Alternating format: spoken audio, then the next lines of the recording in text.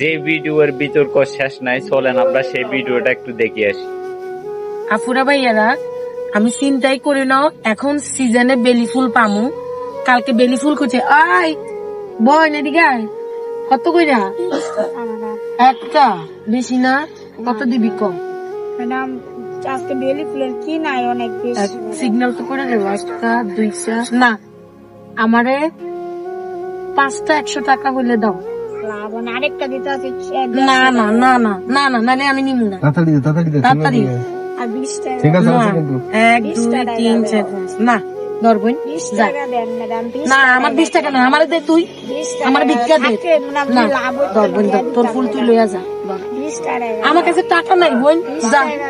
না শোনা, 20 টাকা দেন। ধরবই তোর ফুল নিয়ে তুই চলে যা। যাবি গা? 20 টাকা। টাকা নাই, 20 যা। আল্লাহ হাফেজ, আবার দেখ হইব। বেলি ফুল অবশেষে পাইছি। আমি কৃপণতা করি না, আমার কাছে আসলে খুচরা টাকা নাই, নাহলে আমি ওরা 120 টাকাই দিতাম। কিন্তু যে আমি কখনো কাউকে ঠকাই না। তো 60টা ফুল মানে মানে দেখেন, এই যে একটু ফুল 25 টাকা করে পড়ছে। আপনারা তো দেখতে পারছেন পুরো ভিডিওটা, যে উনি কি বলেছে। অনেকজনে সোশ্যাল মিডিয়াতে এটা নিয়ে বোধরমের কথা বলেছেন, ঠিক আছে না? উনি চাইলে 1000 টাকা দিতে পারতো, ঠিক আছে।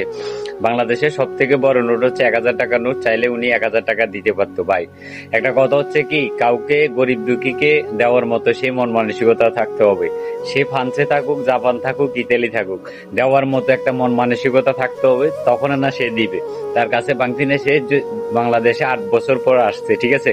ওনার ভিডিওটা কিন্তু আমি দেখি, ওনার ভিডিওগুলো দেখি, ভালো লাগে। তো উনি ফ্রান্সের থেকে 8 বছর পরে আসছে। তো 8 বছর পরে এসে যদি সে ভিডিও ধারণ করছে, সে চাইলে ওনাকে 1000 টাকা দিতে পারতো, ঠিক আছে। ওনার আরো শোনা হইতো, ভালো হইতো, কিন্তু মন নাই, বুঝছেন। মন মানসিকতা থাকতে হবে কাউকে দান করতে হলে, ঠিক আছে।